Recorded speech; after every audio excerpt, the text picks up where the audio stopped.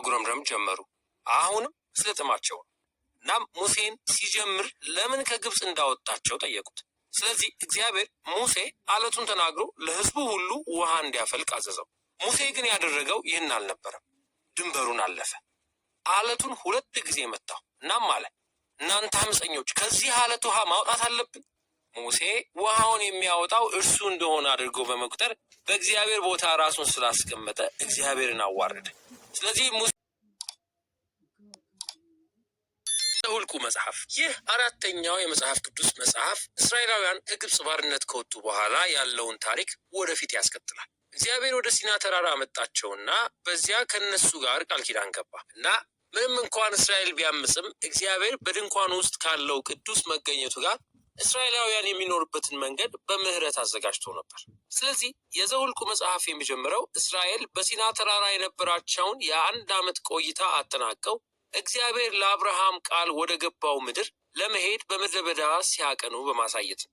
የመጽሐፉ ታሪክ የተቀናጀው እንደሚደርሱበት የጉዞ ደረጃ ነው። የመጀመሪያው ክፍል የሚጀምረው በሲና ተራራ ነው። ነገር ግን ከዚያ በኋላ ተነሱና ወደ ፋራን ምድረ በዳ ተጓዙ።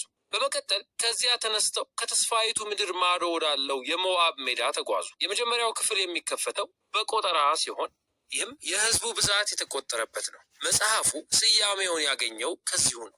ከዚያም የእስራኤል ነገዶች በሰፈራቸው ውስጥ እንዴት እንደሚደራጁ የሚያሳዩ ሕጎች አሉ። የማደሪያው ድንኳን በመሃል ላይ ሆኖ በዙሪያው ካህናቱና ሌዋውያኑ እንዲሆኑ ነበር። በእነሱ ዙሪያ ደግሞ 12ቱ ነገዶች በይሁዳ መሪነት ተደራጅተው ነበር። እንግዲህ ይህ ሁሉ እንደ ሕዝብ ለነበራቸው ሕልውና የእግዚአብሔር ቅዱስ ሕልውና ማዕከል እንዴት እንደነበረ የሚያሳይ የተብራራ ምልክት ነበር። ይህን ተከትሎ የሚመጣው ደግሞ በዘሌዋውያን መጽሐፍ ያሉትን የመንጻት ሕጎች የሚያዳብሩ የሕጎች ስብስብ ነው።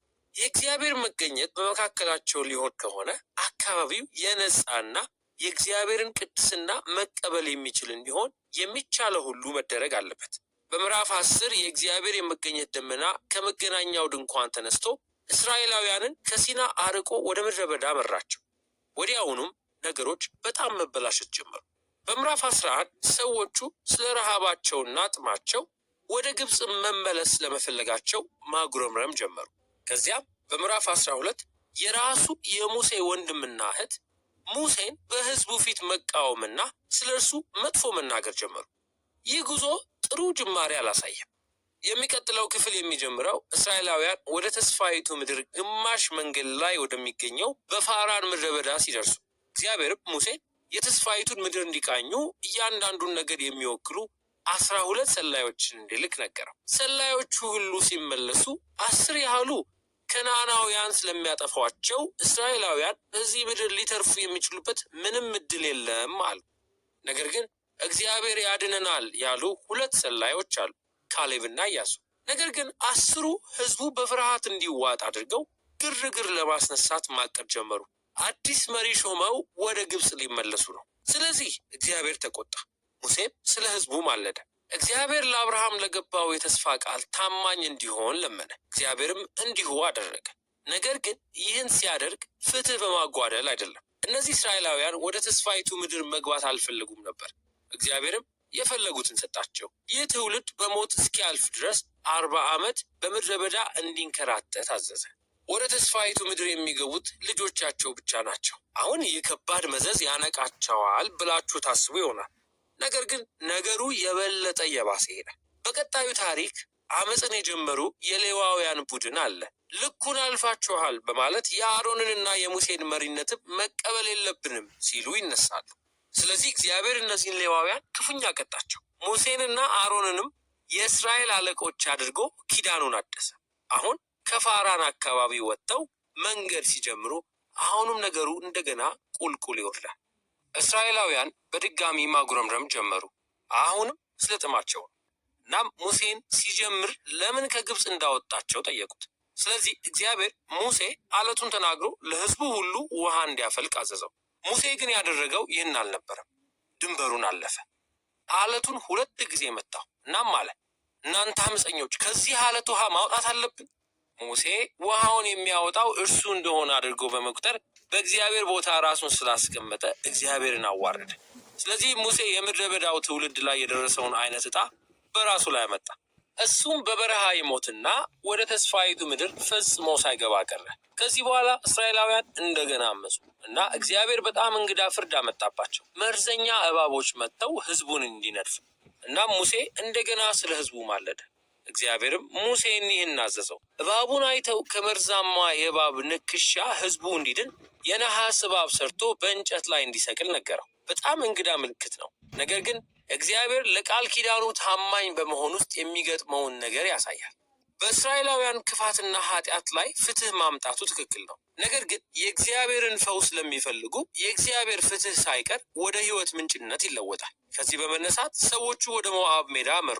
እናም የዚህ ክፍል የመጀመሪያ ዋና ክፍል የሚያተኩረው እንግዳ በሆነው በለዓም በተባለው ሰው ላይ ነው። የሞዓብ ንጉሥ በግዛቱ ውስጥ በሚጓዙት በዚህ እጅግ ብዙ ህዝብ ተደናገጠ።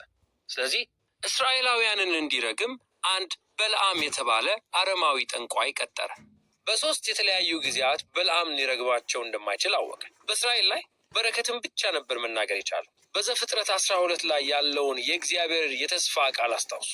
ስለዚህ በለዓም የእስራኤላውያንን መረገም አለመቻል ብቻ ሳይሆን እንደውም እግዚአብሔር አንድ ቀን የእግዚአብሔርን ፍትህ ለአሕዛብ ሁሉ ስለሚያመጣው መጪው የእስራኤል ንጉሥ ራእይ ሰጠው። ይህ ራእይ በዘፍጥረት ምዕራፍ 49 ላይ ያዕቆብ ለይሁዳ የገባውን ቃል ያስታውሳል። እስካሁን ያለውን የመጽሐፉን ፍሰት አሁን ቆም ብለን ብናስብ ተገቢ ነው። በምድረ በዳ ውስጥ የተፈጸሙት የአመፅ ታሪኮች አንዱ በአንዱ ላይ እየተደራረቡ ከጊዜ ወደ ጊዜም እየከፉ ሄዱ። እግዚአብሔርም በእስራኤል ላይ ከፊል ፍርድ ቢያመጣም ምግብና ውሃ በማቅረብ ለነሱ ምህረት ማሳየት ቀጥሎ ነበር እና ስለዚህ የበለዓም ታሪክ የእግዚአብሔርን ጸጋ በደማቅ ቀለማት ያሳያል።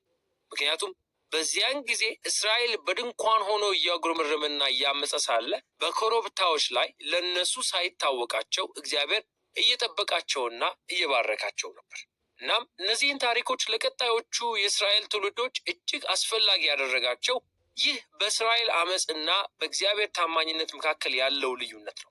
እነዚህ የምድረ በዳ ታሪኮች ኋላ በሚመጡ የመጽሐፍ ቅዱስ ነቢያትና ገጣሚዎች በአዲስ ኪዳን ሐዋርያትም ጭምር ተደጋግመው ተነግረዋል። እናም እነዚህ ታሪኮች ሁል ጊዜ እንደ ማስጠንቀቂያ ሆነው ያገለግላሉ። እግዚአብሔር ለቃል ኪዳኑ ታማኝ ሆኖ የሚቀጥል ቢሆንም ህዝቡ በአመፅ እንዲሄዱና ውጤቱን እንዲጋፈጡ ይፈቅዳል። ከዚህ በኋላ የቀረው መጽሐፍ የሚያተኩረው በምድረ በዳው ትውልድ ልጆች ላይ ነው። እነሱም የተስፋይቱን ምድር ለመውረስ ይዘጋጃሉ። ለአዲሱ ትውልድ ሌላ ቆጠራ ያደርጋሉ። ከዛ በመቀጠል በዙሪያቸው ካሉ ሰዎች ጋር ያካሄዷቸውን በርከት ያሉ ጦርነቶች አሸነፉ እና ከዚያም ጥቂት ነገሮች በተስፋይቱ ምድር ላይ መኖር እንኳን ይጀምራሉ። ስለዚህ መጽሐፉ የሚያበቃው ሙሴ የመጨረሻውን የጥበብና የማስጠንቀቂያ ቃል ሊሰጥና አዲሱ ትውልድ ወደ ምድሪቱ ለመግባት ሲዘጋጅ ነው። ግን ለአሁን የዘኍልቍ መጽሐፍ ይህን ይመስላል።